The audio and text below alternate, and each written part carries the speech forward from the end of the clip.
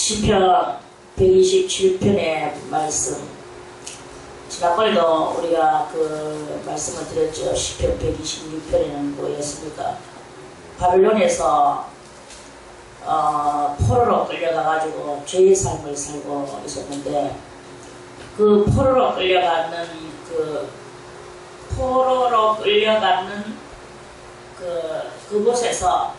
그곳에서도 그 느헤미야의 기도와 같이 하나 땅 끝에다가 있을지라도 그 자기들의 죄를 회개하고 하나님 앞에 그 신명을 다해서 돌아올 때, 그때 주님께서 그 모든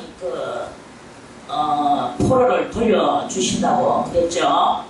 그래서 그 포로를 돌려주시고, 정말 남방 시내들같이 흐르는 시냇물 흘러가듯이 많은 죽어가는 영혼들이 이렇게 있지만, 그러나 그들의 그 영혼들을 위하여서 하나님 앞에 간절히 기도할 때 그 기도는 다 이루어지고, 또 죄의 포로에서 하나님의 은혜 안으로 들어오고, 사망에서 살아가다가 이제 영원한 영생의 생명을 얻어 나오는 이러한 그 일이 생겨나는 것에 대해서 그것을 말씀을 드렸죠. 그래서 이제 이 국가라는 것은 대단히 중요한 것입니다. 그래서 저는 항상 여러분들에게 말씀을 드리기를, 가장 중요한 것은 무엇이냐? 가장 중요한 것은 하나님 앞에 우리가 영생의 구원을 얻어서 나오는 이거 이상 더 중요한 것이 없는 거예요. 그래서 그 생명을 얻어 나오는 그것을 이루기 위하여서 우리가 모든 이 속에 악심을 버리고 그렇게 하는 그 말씀을 계속 대대적으로 가르쳐 드렸죠. 그래서 그 생명을 내가 구원받는데 이 받는 것이 나만 구원받는 게 아니고, 저는 항상 그럽니다. 모든 일의 스타트는 가정으로부터. 그래서 이 가정 구원이 먼저 이루어지지 않으면 안 되는 거예요. 오늘날 이 시대가 너무나 이 가정에 자식들이, 부모는 그 자식을 우상같이 떠받들고 그 자식의 육적 소원을 다 죄로 달려가는 그 소원을 다 들어주고, 자식이 부모의 언행 심사 일거수일투족을 보면서 그걸 본받아 가는 게 아니고, 자식이 부모의 명령 따라 살아가는 게 이게 지금 오늘날 이 세태예요. 그래서 저는 항상 말합니다. 어쨌든 간에 이 자식을 부모가 먼저 큰 은혜를 받고, 그러고 난 뒤에 그 자식이나 그 밖에 믿지 않는 그러한 식구들을 다 이 진리 안으로 넣어서 죽음에서 영원한 이 삶의 그것으로 옮기도록, 그것을 1번으로 가장 삶아요. 그러면 우리의 이 가정이 정말 가정다워지고, 자식이 자식다워지고, 부모가 부모다워지는 이런 그것을 이렇게 한다고 한번 생각을 해봤어요.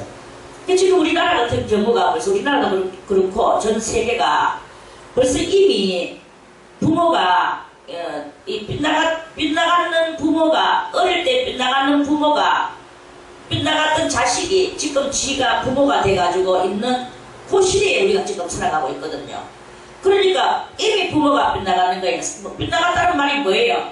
빗나갔다는 말은 하나님의 그 엄절하신 그 뜻하고 많이 빗나가는 그런 세태의 삶을 살고 있습니다. 그래서 심지어는 딸이 예를 들어서 시집을 가서 엄마가 딸을 시집 보냈는데, 빗나가는 엄마가 딸을 어떻게 가르칩니까?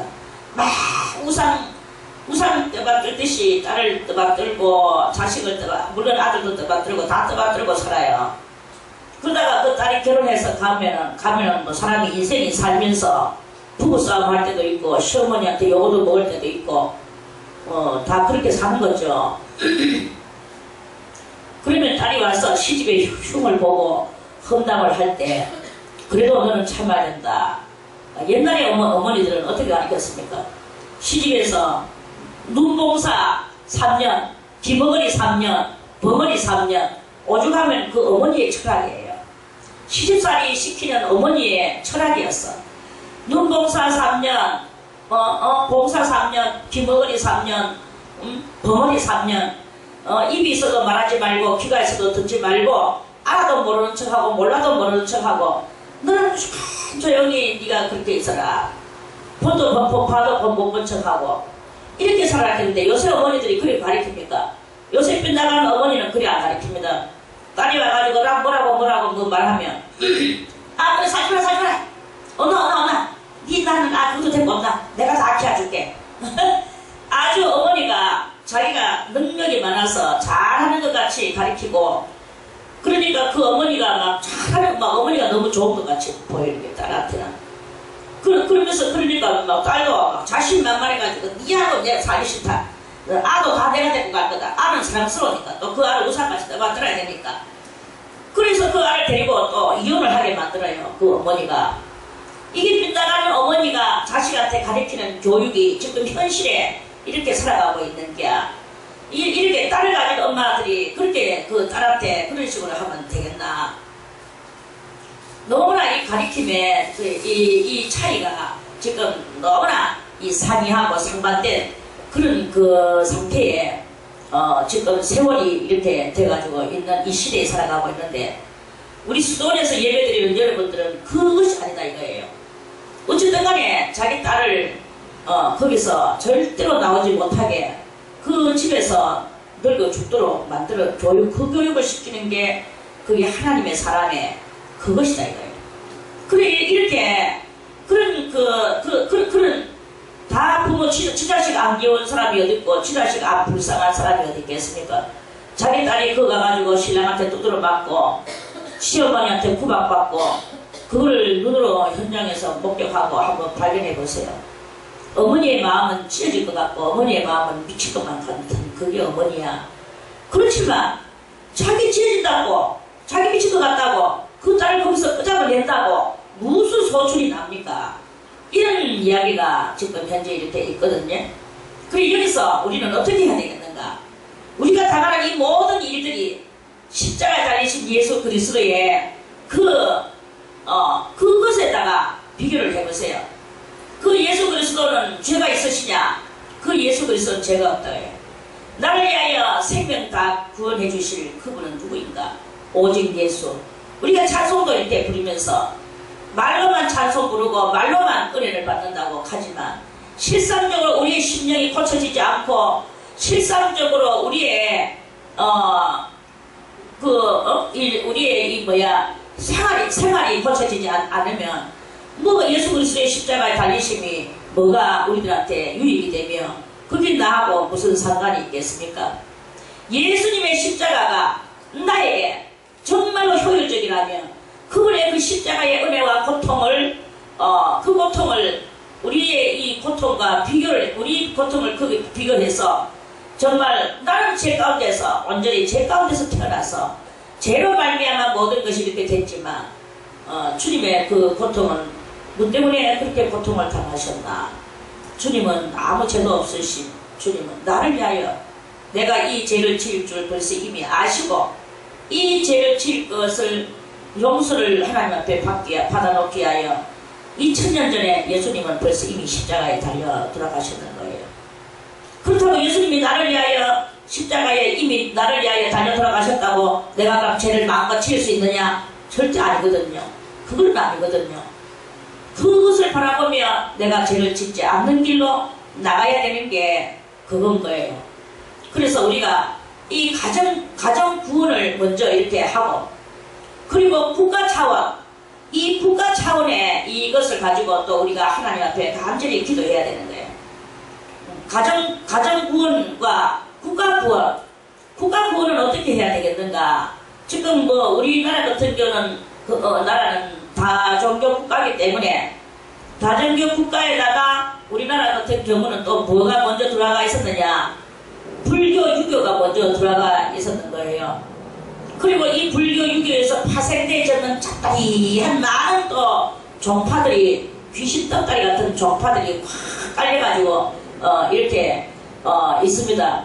이 나라에서 우리가 어떻게 살아야 되겠는가? 그래서 저는 여러분들에게 말씀을 드리는 것은 일단 우리나라는 그래도 다행히도 민주주의에 여기에 이렇게 있는 거예요. 민주주의가 이렇게 있으면 우리는 철저히 민주주의가 돼야 돼요. 육적으로. 그러니까 우리는 두 종류의 삶을 살아야 돼. 육적으로는 민주주의의 삶을 살아야 되고 내 심령적으로는 신령한 그리스도의 나라의 삶을 살아야 되는 것이죠. 그리스도의 나라 왕국을 기다리면서 살아야 되는 거예요. 그리스도의 나라 왕국, 그 왕국에 오기까지 우리는 뭘 해야 되느냐? 그리스도의 나라 왕국에 오기까지 우리는 그 나라를 기다리면서 신령한 그 삶을 살라고 노력을 하면서 여기 지금 현재 이 나라에서는 우리는 이 민주주의 안에서 나그네와 행인과 같이 살아야 되는 거예요. 나그네와 행인. 우리는 나그네예요. 여기서 우리가 천년만년 사는 것이 아니라 이거야. 그 다 나그네적 삶을 살아야 되는 것이다. 우리는 째깍째깍 시간 가는 게 무엇입니까?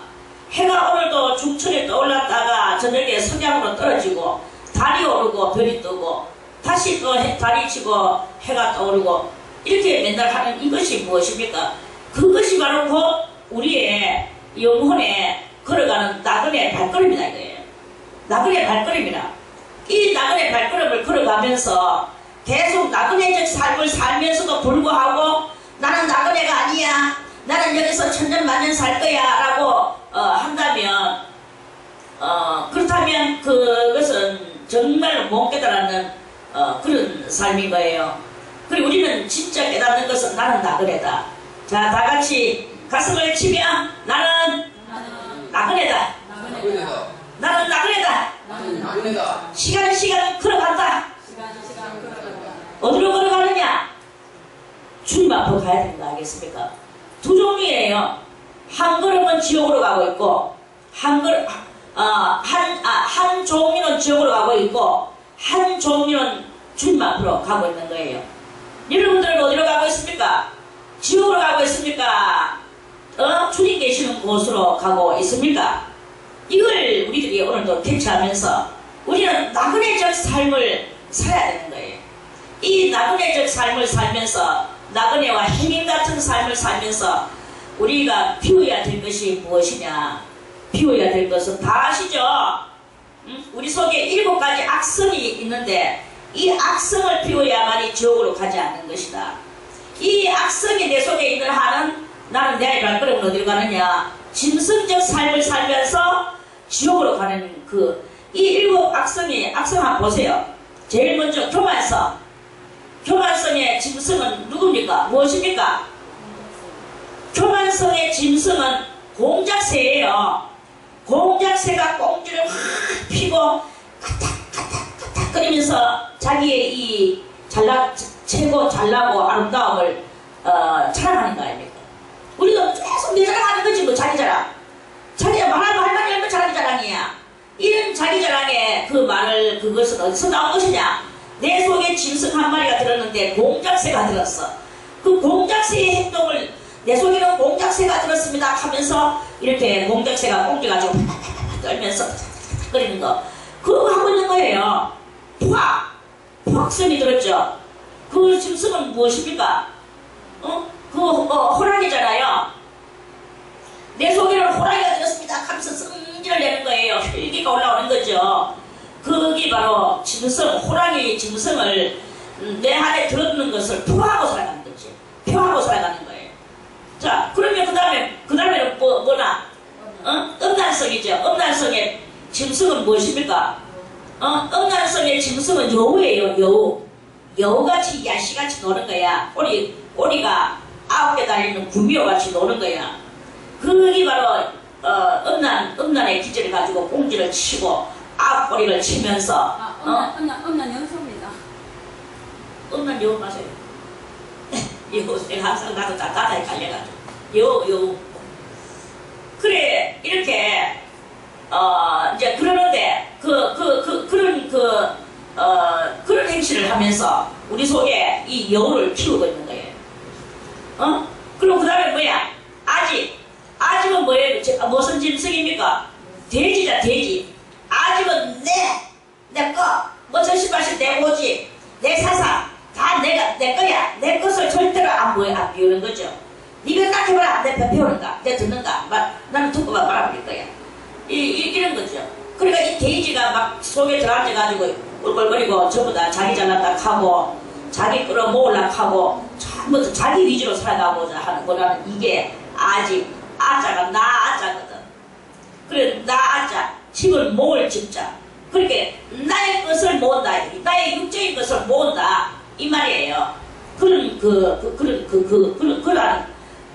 요소입니다. 자, 그러면 아직 다음에는 뭐예요? 질투성. 질투가 우리 속에도 부글부글 합니다. 남 잘 되면 못 봐. 내 것이 남의 것보다 못하면 또 막 그렇게 돼. 이러면서 질투, 하여튼 그런 것이 있습니다. 질투. 여러분들이 더 잘 알겠죠? 이 질투의 또 짐승은 뭡니까? 질투의 짐승이 그게 바로 염소예요. 염소가 질투를 하고 다니엘서에 보면은 이 뿔나는 염소가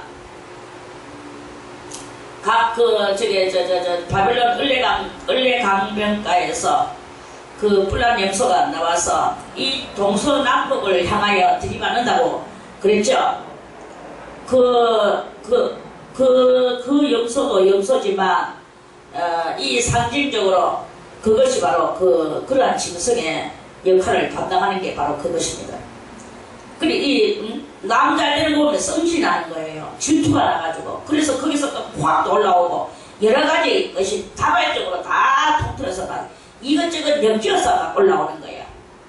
그래가지고 심지어는 요새는 옛날에는 남편 성질 떼기를 위하여서 여자들이 기도하고 성질 안 되면 포악성을 부렸는데 지금은 이제 이 여자들도 사회에 진출하는 시대가 돼가지고 남자 여자 부부가 같은 직장에 다닌대요.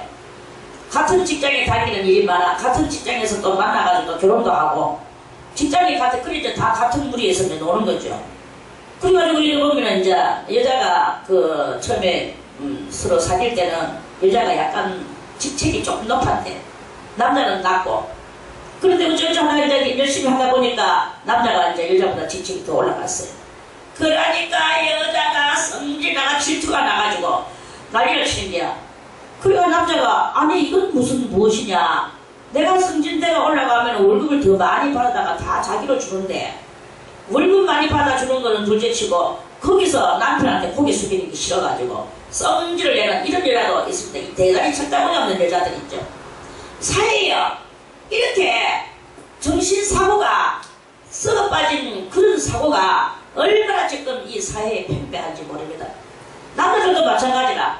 여자가 또 직책이 위야. 그러면 남자가 또 여자한테 그거 가가지고는 부리기 싫어가지고는 그것은 어쩔 수 없어서 해놔놓고 집에 들어가지고는 막 화가 지기는 거예요. 네가 거기서 그렇게 해가지고 이렇게 하고 저렇게 하면서 또 거기 막 꼬투리를 잡아가지고 여자는 집에 들어오면 실컷하는 거예요. 그래서 그 여자는 또 여자대로 또 자기는 집부는 남편보다 더 높으면서도 거기서 또 저녁에 들어가 남편이 포악성을 지킬까봐 여자가 또 절절절 매는 이런 경향도 있어요. 이 이야기 들어보면요 온갖 이야기들이 많아. 그래 이러면서 세월이 아주 요지경으로 이렇게 돌아가면서 다 잘못됐는 그게 바로 신앙 안에서 교육을 잘못 받고 교육을 못 받고 다 썩어빠진 이기주의자들의 이 아직적인 돼지 같은 욕심을 부리면서 모두가 이렇게 살아가기 때문에 이런 사회조직이 일어나고 있는 거예요. 이런 사회조직이 일어나는 여기에서 우리 그리스도인들은 어떻게 해야 될까? 내 자녀는 어떻게 키워야 될까? 나는 어떻게 살아야 될까? 우리가 예수님의 그 희생적 정신을 크게도 받아들이지 못했기 때문에 우리는 희생하지 못하고 살아가는 이런 우리들이 아닌가? 가서 세수하고 오세요. 세수. 눈 싹싹 비비가 세수하고 와. 이러한 우리들의 이 잘못된 사고방식들이 이렇게 잘못된 사고방식으로 인하여 가정이 삐뚤어지고 가정이 잘못되고 이 잘못된 것으로 인하여 사회까지 완전히 망쳐버리고 사회가 잘못되니까 국가가 잘못되고 이렇게 되는 이러한 역사가 이렇게 일어나고 있는 것입니다. 그 이러한 속에서 우리는 과연 어떻게 해야 되나? 이제는 예수님은 어떻게 하셨을까? 항상 이 예수님이 무엇을 어떻게 하셨는가를 바라보면서 예수 그리스도의 희생 정신을 가지고 내가 뭐 세상의 지위가 높으면 뭐하고 낮으면 뭐하겠습니까? 우리는 나그네와 혜기가 같은 이 인생 길인데, 그래, 이 나그네와 혜기가 같은 속에서 정말 우리는 그 하나님 앞에서 희생 정신을 가지고 무엇이 올바르냐, 무엇이 참 가치가 있는 삶이냐, 이 우리가 진정한 가치관을 가지고, 만약에 회사에서 여자가 직위가 더 높아도 회사에서는 어쩔 수 없어요. 사회니까. 거기서는 그 직위대로 자기들의 임무를 맡아서 일을 해야 되지만, 집에 들어오면, 집은 회사가 아니거든. 집에 들어오면 모든 것을 다 회사에 깡그리 내려놓고, 여자는 여자의 위치에서, 남편은 남편의 위치에서 거기서 서로 간에 존경을 하며, 남자는 여자의 머리요.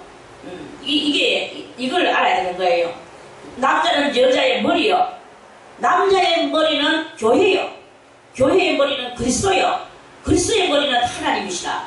이 순서를 알고 진정한 우리의 이 순서 절차를 잘 깨달아서 오직 하나님 외에는 우리가 굽힐 것이 없다라는 것을 알고 서로가 이렇게 희생 정신으로 서로가 서로를 위하여 살아가는, 위하여 살아가야 되는 거예요.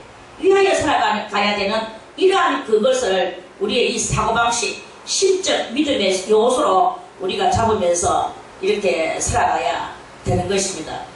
그래 이제 이런 그것이 안 될 때는 사회도 망하고 가정도 망하고 우리는 다 망해버릴 수밖에 없는 거예요. 그래, 그러면서 국가를 향하여 우리는 어떻게 해야 되겠습니까? 국가를 향해서는 이 민주주의가 잘 돼야 됩니다. 그래야 이 다종교 국가 안에서 우리가 이 신앙생활을 하는데 신앙의 자유를 얻어나갈 수 있는 거예요. 만약에 우리가 공산국 국가라 하면 신앙생활 못합니다. 아무리 지금 뭐 공산이 무너졌다 저렇게 사도 온 백성들이 공산 사상을 가지고 살던 그 잔멸 패물이요. 몇 년 지나갔냐면 공산이 민주로 바뀌기까지 국가에서는 바뀌었다 할지라도 온 이 사상, 국민들의 사상을 바꾸기까지는요 100년이 지나가야 돼요. 100년이 지나가야 돼. 왜? 사람이 한 세대가 100년이더라고. 제가 성경을 요새 성경을 보거든. 그래 이제 성경을 보면서 보니까 한 세대가 100년이더라고요. 한 세대가 100년인데 우리가 인생이 길면 70이요 가문은 80이라고 하지만 내가 이 사상을 자식들한테 풍겨놓고 내가 죽기까지 100년을 잡아야 되는 거예요. 100년 잡아야 되는데 이 사상 그것을 완전히 없애기 위해서는요, 완전히 없애기 위해서는 몇 세대가 지나가야 되느냐 하면은 10세대가 지나가야 돼. 10세대가. 그래야만이 지금 현재 100살 되는 사람이 죽으면 그 다음 100살 이 100살들이 다 없어지기까지가 100년에서 100년이 10대가 지나가야 되는 거예요. 100살짜리가 10대가 지나가야 되는 거예요. 그래야만 이 사고가 없어져요. 그걸 발견했어. 그래, 그걸 성경을 보면서 그걸 깨달았어요.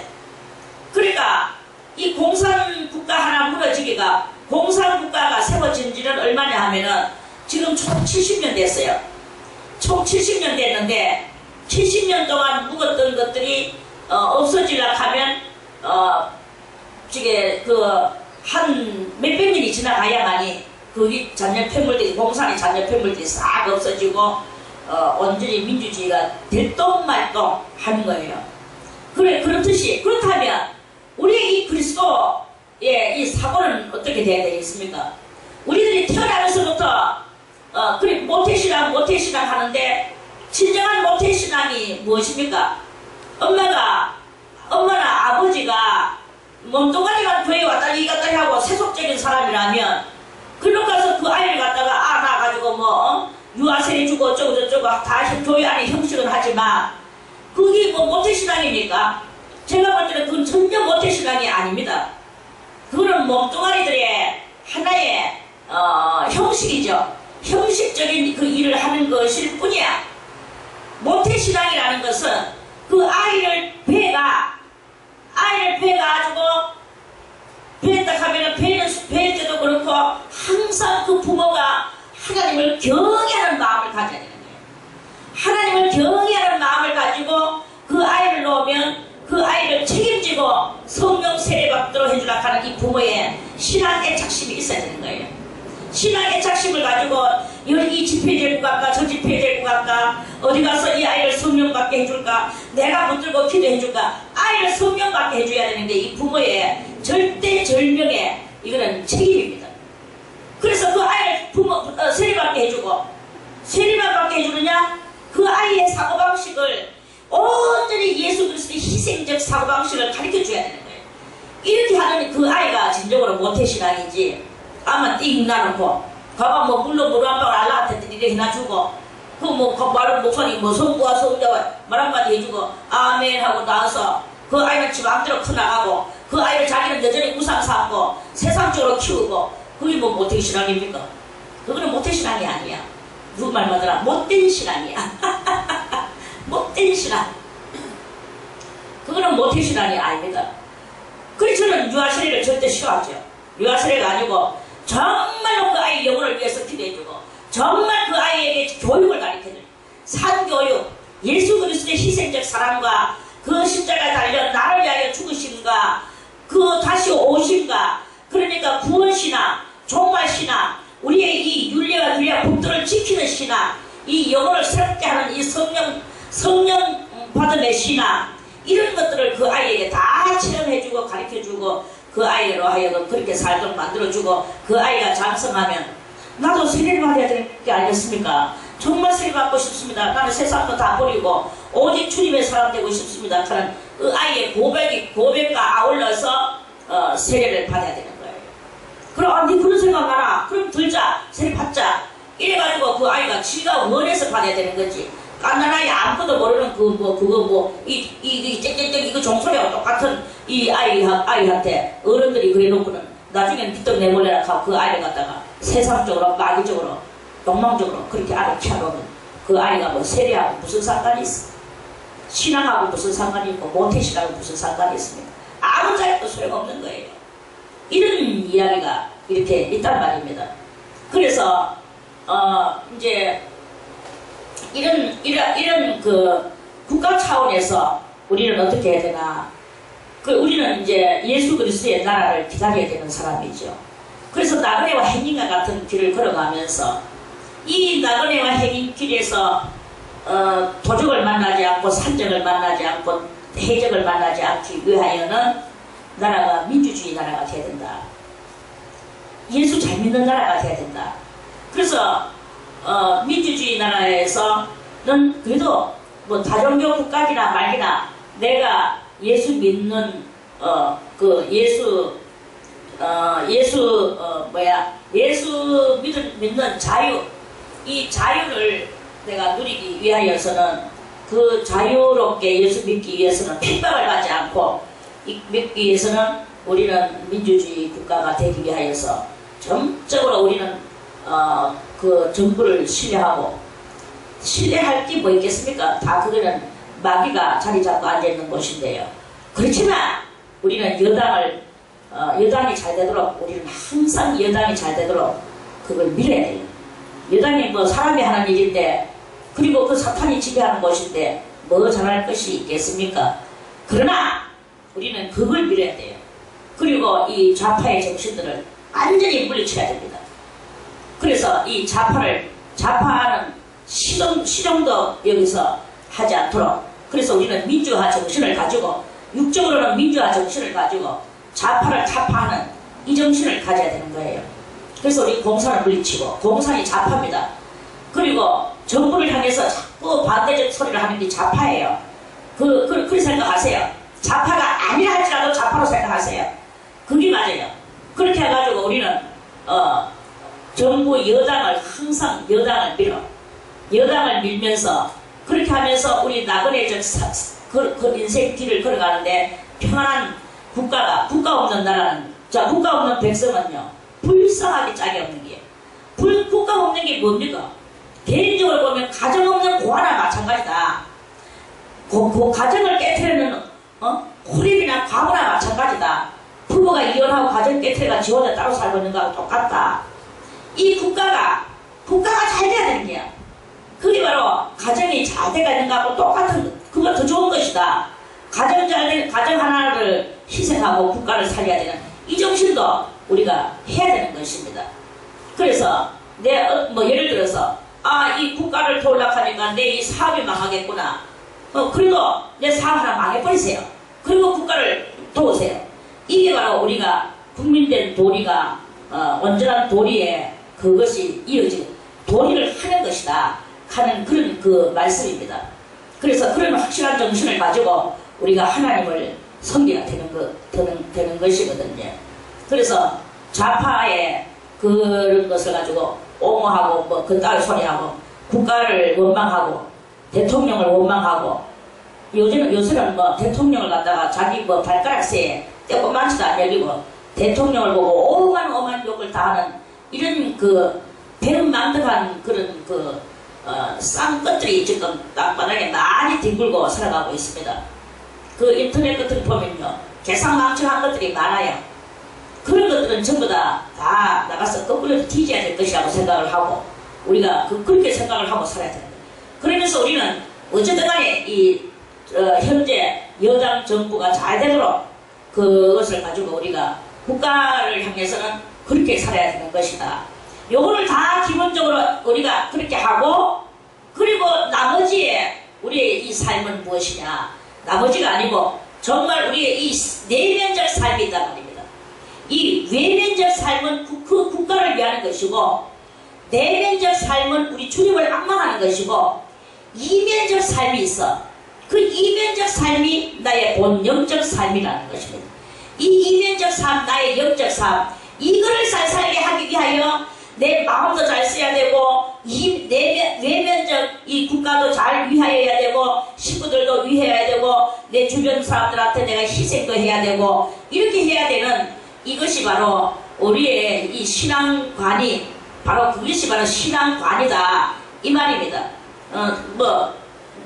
욕심 많은 사람들이 국가에 망하든지 말든지 내 것만 가지고 꼭 내 거 뭉치고 내 것만 아끼고 이렇게 하는 이런 그것은 천다분이 없는, 깨닫지 못하는 돼지가 그 속에 들어있는 아집에 자기 생각에 사로잡혀 있는 그런 삶밖에 안 되는 거예요.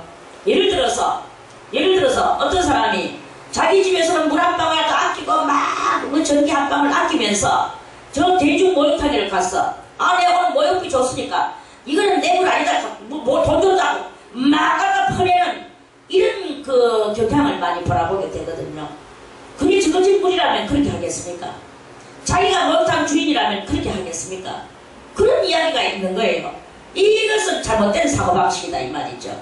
대중 목욕탕에 가서 그것도 역시 저거 집은 아니지만 그 집에 전기도 아껴주고 그 집에 물도 아껴주고 이렇게 할 수 있는, 어디를 가든지 아끼고 그렇게 할 수 있는 이러한 그 마음의 캠페인이 우리 속에 신앙적으로 있어야 되는 것이다 하는 그런 말씀입니다. 저 방 안에서 이것도 아끼고 저것도 하면서 아끼면서 이거 나와가지고 수도원에 나와가지고는 막 전기를 막 화장실에 들어가면 대가지고 뭐 햇빛이 낫기나 말았기나 갖다 전기 켜는 건 완전히 손목대기에 그 습관이 돼버렸어. 그래가지고 구석구석에 전기 켜져 있는 거야. 전기 켜고 물 틀어져 끼고 이렇게 하면서 막 그냥 휴지 있는 대로 막 부라락 풀어져 끼고, 저거 집에서는 그렇게 안 하면서 이렇게 이걸 아낄 줄 모르고 이렇게 하는 이런 것은 다 그 엉망진창된 사고방식에서 나오는 그건 거예요. 지금 이 엉망진창된 사고방식을 우리는 자기 자신을 지금 과연 나는 무엇을 하고 있는가? 여러분들이 자기 스스로를 생각하며 우리가 이 모든 하나님의 의를 이루어 나가는 그것이 여야 되는 거예요. 우리 엄마가 옛날에 우리 장모님하고 저하고 한참 좀 사귀고 이렇게 살라고 할 때 절대 결혼을 안 시켜줘요. 우리 엄마는 그 위에 결혼도 안 시켜주고 허락도 안 해주고 꿈쩍도 안 해. 왜?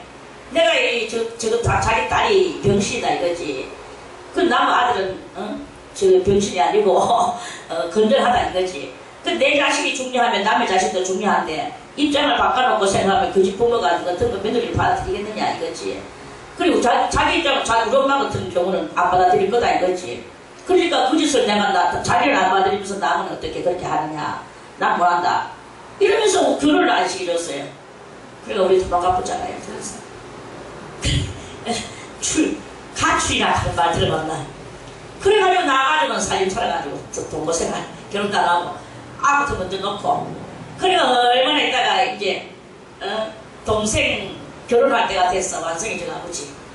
그러니까 뭐 결혼 뭐 중매하는 소리가 막 들리는 게라 우리 나가 살고 있는데 들어가 숨어가지고 살고 있었어. 그래가 이제 내가 우리 동생 막내가 왔길래 했지. 내를 챙겨놓고 너희들끼리 먼저 결혼 잔치를 열면은 대가리 어느 놈 대가리 하나 날아가는 줄 알아라 내가 이렇게 했어. 한 놈 죽는 줄 알아라 이렇게 했어. 확 나쁘지. 그래 가가 또 캤어. 하니까 전부 다 내 말 한마디에 급 절절 밀고 또 그러니까 내부터 먼저 결혼해. 순서를 맞아줬어. 그런데 진짜 완전히 그래가지고 효소이는 뭐 결혼하기 전에 낳았잖아요. 다 뭐 그랬지. 그래 이제 그러면서 그렇게 그래 그 안 해주는 거야. 그래 내 것이 중요하면 남의 것도 중요한 이 사고방식이 있어야 되는 거예요. 그 사고가 어쩔 수 없어서 뭐 그래도 지금까지 뭐 우리 장모님은 뭐 우리 엄마 말에 의하면 저 맨날 못 살고 간다 이제 이래 되는데 그럼 아직까지 이제 60이 넘도록 붙어 있을 실제로 뭐 가르치러 가겠습니까? 이제 완전히 다 서로간에 이제 쓰레기가 다 돼가는데 공동모지 지금 가고 갈라가는데 그래 이제 아무튼 그래 삶이 그래 돼서 그건 그렇고 그래 그 다른 게 아니라 내 것이 귀중하면 내 자식이 귀중하면 나중 내 자식도 귀중한 것이고 내 물 한 방울이 귀중하면 남의 물 한 방울도 귀중하다 이거예요. 제 말은 다른 게 아니라 내 전기 한 톨이 귀중하면 남의 전기 한 톨도 귀중하다는 거죠. 그렇게 그런 그 사고방식을 우리도 가지고 이렇게 살아야 되는 것이다 하는 그런 그 말씀입니다. 그렇게 할 때 뭐가 되느냐, 우리의 이 외면적 삶은 국가에 충성된 자가 애국자가 될 것이고, 내면적 나는 내 자신에게 충성된 자가 될 것이고, 이면적 나는 신령한 사람이 되어지게 될 것입니다. 이게 바로 마음의 성전을 이루고, 여호와께서 집을 세우지 아니하시면 세우는 자의 수고가 헛되며, 여호와께서 성을 지키지 아니하시면 파수꾼의 경성함이 허사로다. 하나님의 뜻에 의하여서 우리의 모든 그 삶의, 인생의 삶의 이 척도를 그 척도를 우리는 바르게 잡아 나아갈 수가 있는 것이다 하는 그런 그 말씀이죠.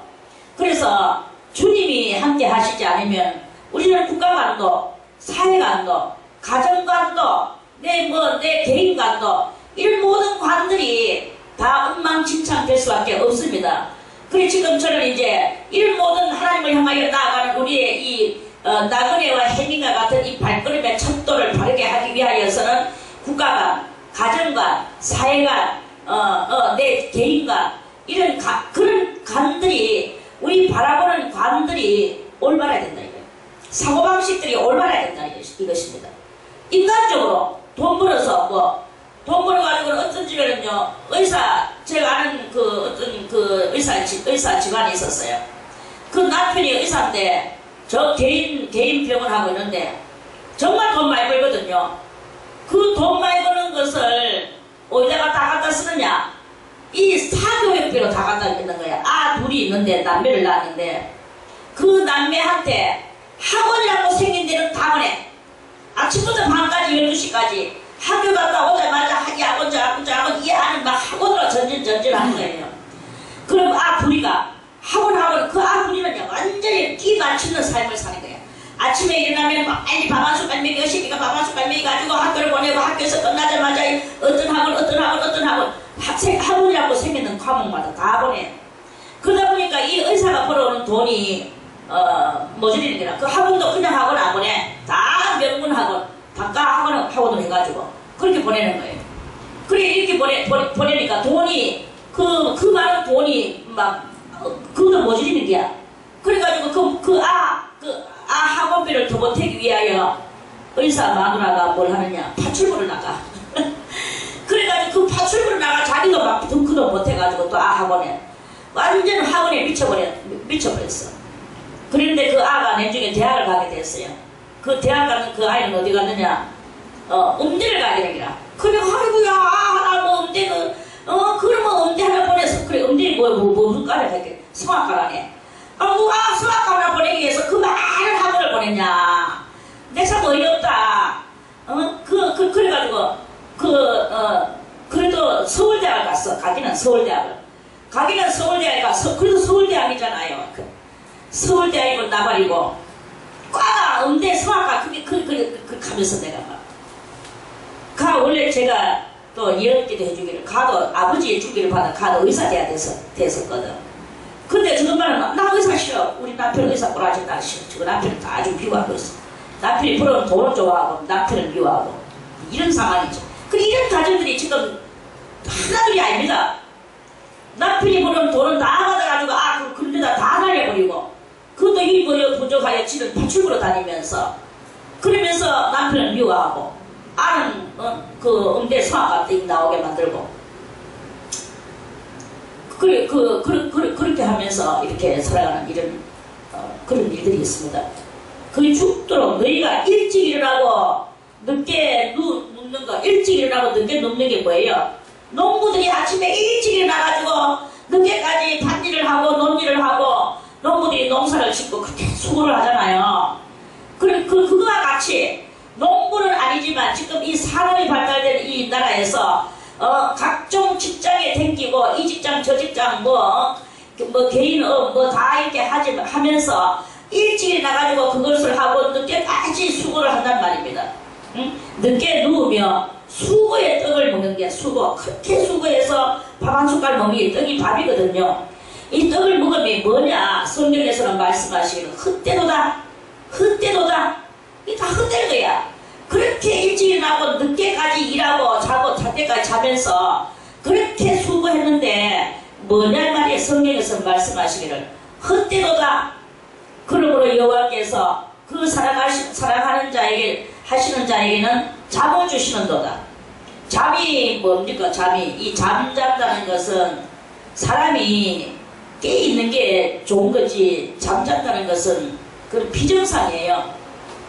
하나님이 왜 비정상을 주시느냐? 너무나 일찍 일어나고 늦게까지 하면서 수고를 많이 하다 보니까 몸이 피곤한 관계로, 피곤하면은 뭐 해야 되느냐? 하나님이 잠을 내려주십니까? 잠을 자게 되는 거예요. 사랑하시는 자에게. 그게 사랑한다는 게 주님이 얼마나 이 사람들한테 안 통하면 이런 말을 하겠습니까? 안 통해서 그러는 거예요. 만약에 하나님이 또 사랑하지 않아, 네 늦게 일어나든지 일찍 일어나든지 늦게까지 있든지 난 너를 사랑하지 않는다 하고 잠도 안 주시면, 죽도록 일하고 나서도 잠도 안 오면은 그거는 또 대단히 그거는 또 힘든 거예요. 일만 죽도록 하고 잠을 못 자면 밤에 또 일어나가 사람이 잠 못 자면 막 허우적거리는 거죠. 그 잠잘 때는 잠자고 일어날 때는 일어나고 사람이 이렇게 모든 이런 그것들을 정확하게 맞춰서 밤에는 자라고, 주님께서 우리 이 체질에 한계가 있기 때문에 체질의 한계를 하나님께서 그걸 잘 견디게 하기 위하여 이 잠이라는 것도 주셨어요. 이 잠을 너무 안 자는 것도 그것도 저주고, 또 너무 자는 것도 저주고, 이렇게 맞지도 않은 삶을 살면 다 저주인 거예요. 그런데 적당하게 하나님이 또 자게 해주시는 이거는 좋은 거지만, 잠을 못 자는 것도 하나의 병이고 불면증이라는 병이 나오게 되고 그렇게 되는 것입니다. 근데 이 잠은 무슨 잠인지 모르겠죠. 꿀같이 일 열심히 하고 꿀같이 잠자면 그 사람은 좋은 거예요. 근데 뭐 일하고 잠자고 요것만 하면 또 그게 뭐 좋은 거겠습니까? 썩어지는 헛되는 삶이죠. 우리는 일하는 중에서도 항상 마음속에 누구를 모시고 살아가야 되느냐? 예수 그리스도를 모시고 일을 해도 예수 그리스도, 누구하고 대화를 해도 항상 내 이 오른쪽 옆에는 예수님을 모시고 예수님을 의식하고, 그 예수님 때문에 누구한테 말 한마디를 하고 싶어도 못하고 나쁜 말 한마디 하고 싶어도 못하고 이렇게 예수님을 모시고 살아가는 이 삶을 우리들이 살아갈 때 그 하나님께서는 좋은 그 은혜와 잠을 주시고 그런 그것이 되어지게 되는 것입니다. 이 잠도 뭐 무슨 잠인지 모르죠. 병들어서 잠을 자는 건지 불면증 불면증 때문에 수면제를 먹고 자는 잠인지 뭐 잠도 여러 가지 잠이 있어요. 그런 잠들은 다 고통의 잠이요, 저주의 잠이요. 또 어떤 사람 일도 안 하고 그냥 둘러서 띠구작띠구작 하다 보니까 또 자고 이렇게 하는 그런 잠인지 무슨 잠인지는 모르죠. 이런 잠들은 다 옳지 않은 그 잘못된 잠을 말하는 것입니다. 정말 여러분들이 무슨 일을 하든지 힘들게 육체가 힘들게 일을 하는 것은 좋은 것입니다. 저는 항상 우리 수도원에 이렇게 밤낮으로 예배를 드리잖아요. 오전 10시에서 해가지고 이렇게 오후는 8시 이 수도원에 오전 오후를 계속 예배를 드립니다. 예배를 계속 드리다가 예배를 드리면 여러분들이 이 많은 말씀들을 듣지요. 들어서 많은 말씀들이 이렇게 여러분들이 심령 속에 들어있는 말씀들이 다 담겨져 가지고 있습니다. 심령 그릇에 담겨져 가지고 이렇게 있는데 그 심령 그릇에 담겨져 있는 그것들을 활용을 해야 되잖아요. 활용을 해야 되는데 그 활용을 맨날 뭘 가지고 어떻게 생활 속에서 활용을 하겠습니까? 생활에 그 룰이 지금 다양하지가 못한 계속 이 단말맞이기 때문에 그렇다면 이제 이때부터 이제 또 뭘 해야 되느냐. 하나님이 한 번씩 밭에 가도록 만들어 주시더라고. 또 이제 그래가지고는 밭에 가가지고 우리가 비록 씨 뿌리고 농사 지었는 것은 아니지만 그 밭주인이 가지고 가라고 할 때 가서 그걸 가져와가 먹고도 남고 넘치면 또 가서 팔고 이렇게 하면서 육체의 노동도 한 번씩 이렇게 할 때 우리의 영적인 여러분들이 이 말씀을 듣는 노동과 또 그것을 하는 이 육체의 노동과 아울러서 이렇게 겸비하니까 얼마나 육적인 건강도 더 활성화되고 영적인 건강도 이 예배를 드리면서 더 활성화되고 말씀을 들으면서 여러분들의 심령이 기쁨으로 이렇게 그 말씀이 받아지죠. 그래 이제 이렇게 되지는 이것도 영적으로 활성화되고 그래서 영과 육을 다 같이 활성화시키는 이러한 삶이 얼마나 복된 삶인가 이거를 말씀을 드리는 것이다 그런 말씀입니다. 그래서 그럼 잠자면 막 꿀같이 자는 거야. 피곤하고 그러니까 자는 거예요. 잠을 하면 또 깨곤 하고 이게 바로 하나님의 그 축복된 삶인 것입니다. 그런데 인간이 자꾸 뭔가를 계획을 하는 거예요.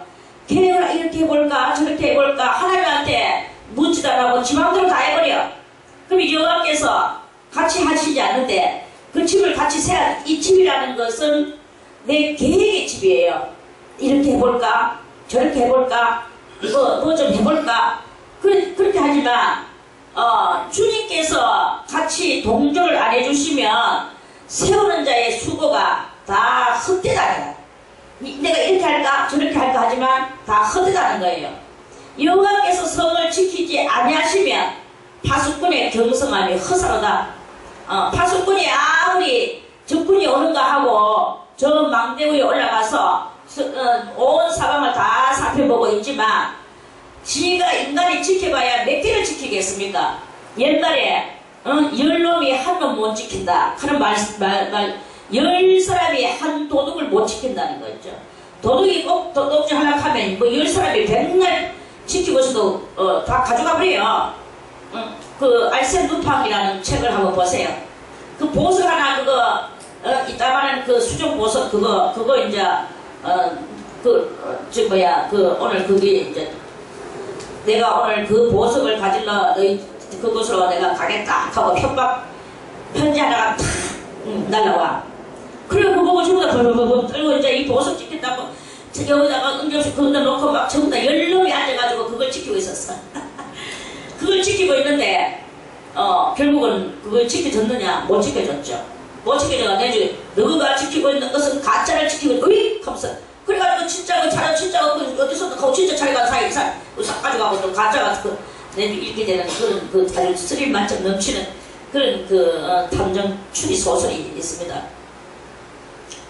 그래 그런 것 같이 그렇게 된단 말입니다. 그런데 나는 뭐 지키질 않아. 10명 갖다 못 오지도 않아. 하나님만 믿고 있어. 그 하나님만 의지하고 있어. 그러는데도 다 그 정권을 못 오는 거예요. 하나님이 정권을 지켜주세요. 정권이 온다 할지라도 주님이 다 없애버려요. 주님이 해주셔야 되는 거예요.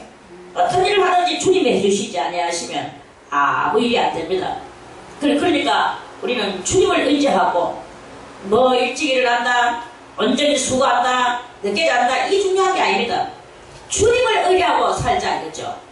그 주님을 의지하고, 그래서 그 주님을 의지하고 살아갈 때 하나님께서는 평안한 잠을 주십니다. 그 우리에게 이 평안한 잠을 주시는 그 사랑, 여호와께서 그 사랑하시는 자에게는 잠을 주시는도다. 자식은 여호와의 주신 기업이요. 자식은 여러분과 저도 마찬가지죠. 자식은 뭐가 기업입니까? 오늘도 뭐 우리가 뭐 무슨 장사를 하나 벌려놓고 그게 기업입니까? 오늘 뭐 직장에 다니면서 그것이 기업입니까? 그런 모든 것들은 다 하나님이 훅 불어버리면 다 날아가 버리고, 내 몸에 어느 날 살그머니 들어오는 이 병 때문에 다 일도 못하고 다 인생의 헛된 삶을 살 수밖에 없는 일이 일어나게 됩니다. 그러나 영구히 나와 같이 할 것은 자식이다 이거죠. 자식은 여호와의 주신 기업이요. 했어요. 이 자식은 두 종류의 자식이 있습니다. 내가 육으로 낳는 이 태 열매가 있고 영으로 낳는 태 열매가 있어요. 태 열매라는 말은 그 자식을 놓을 때 우리가 수고하잖아요. 남자들은 뭐 대충 들어만 알고 나 하는 거 보면 보니까 알지만, 여자는요 뱃속에 아이를 배가 10달 동안 배가 있다가 그 조금 군용으로 하나 뽑아내기가 얼마나 힘든 줄 압니까? 그걸 보고 해산하는 수고락해. 그러니까 우리의 이 자식이 있는데 내가 육으로 해산을 하는 것이 있고 영으로 해산하는 수고를 해가지고 전도를 해산하는 수고를 하는 것, 제가 그렇게 해서 하는 그게 있어서, 그게 자식도 되고 제자도 되고 이렇게 돼. 너희는 나가서 모든 족속으로 제자를 삼아 아버지와 아들과 성령의 이름으로 세례를 주고, 그랬죠? 내가 너희에게 분부한 모든 것을 그들에게 지켜서 행하도록 하리라. 마태복음 28장 28절에 그 말씀이 있습니다.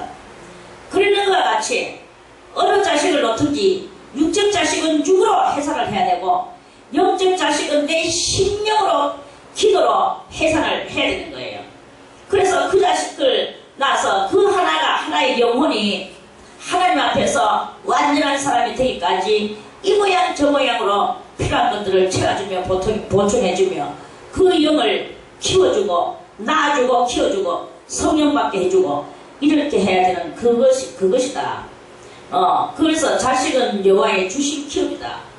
그래서 그 데살로니가서에서 보면 이런 말씀이 있습니다. 육의 자식은 뭐 우리가 다 알지만 영의 자식에 대해서 데살로니가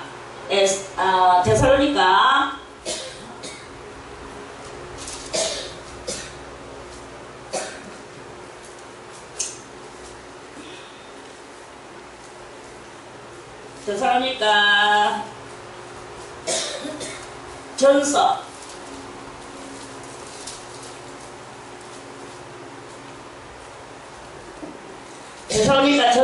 2장 19절에 이 말씀이 저는요 옛날에 이 말씀 읽고 정말 위로를 받았어요. 이게 큰 위로입니다 우리에게. 자 19절에 다같이 우리의 또 가슴을 치면 나의 소망이나 기쁨이나 자랑의 면류관이 무엇이냐. 그의 강림하실 때, 그러고 예수 강림하실 때,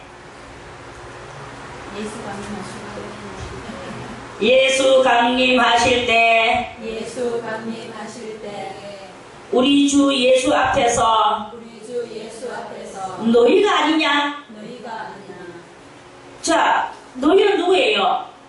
사도 바울은 말씀하시기를 자기가 해산하는 수고를 하면서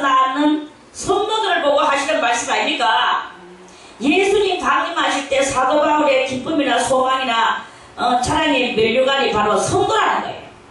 성도가 사도 바울한테는 기쁨이요 자랑이라는 거예요. 면류관이라는 것입니다.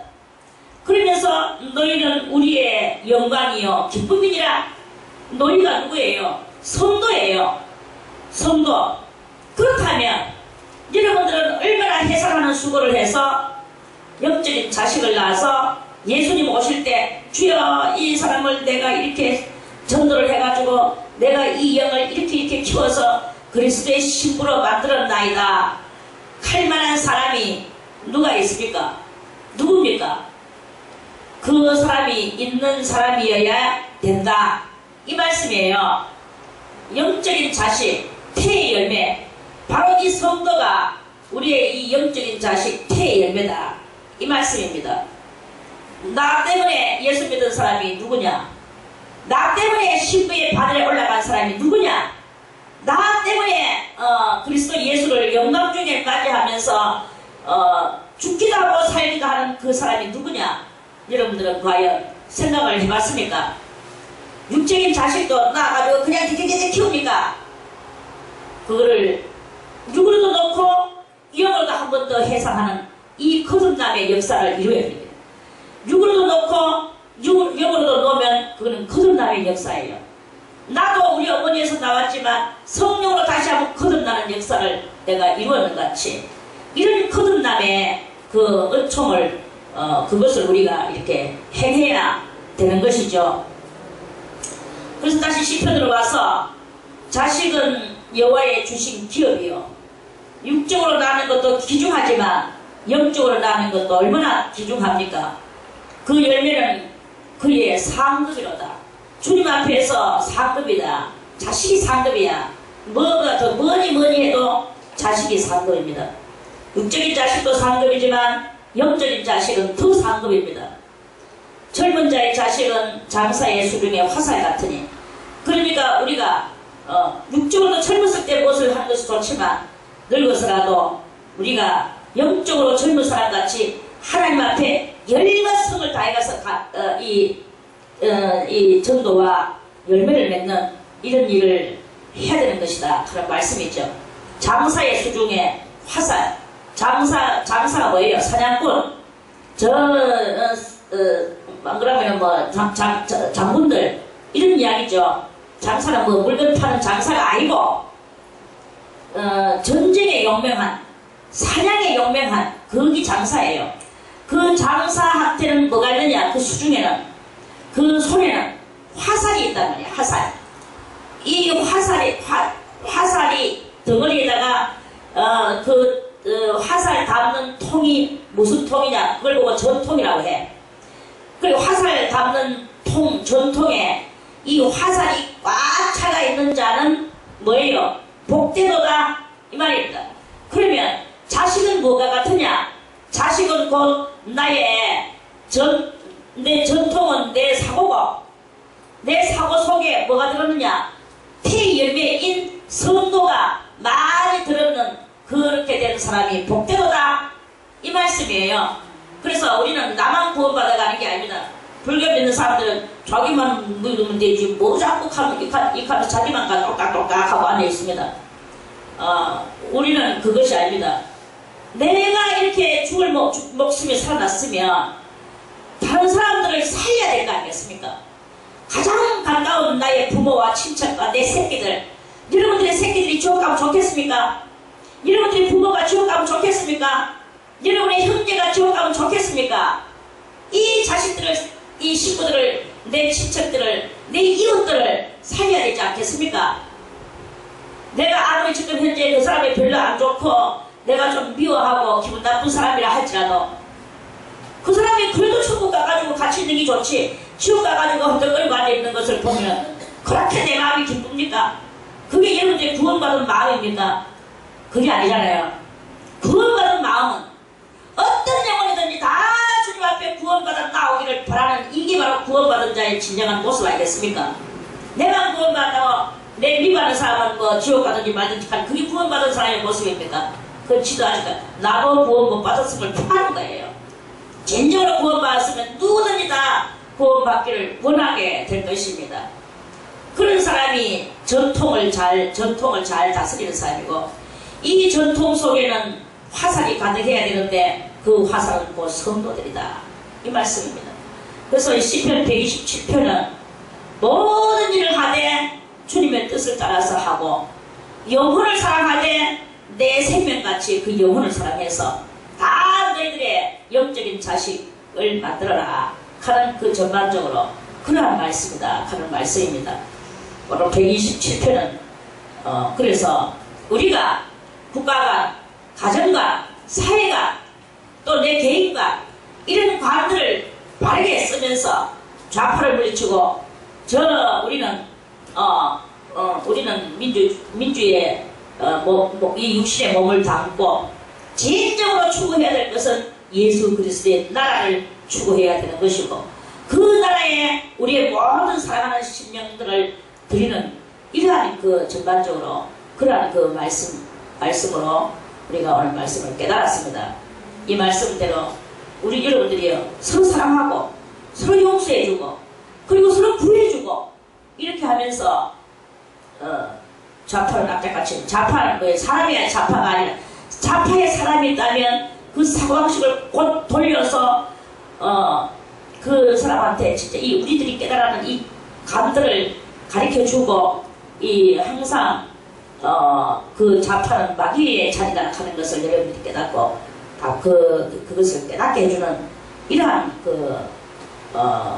그런 그 사고방식을 가지고 다른 사람들의 사고방식을 다 고쳐줄 수 있는 영적인 치료사들이 다 되시기를 바라겠습니다.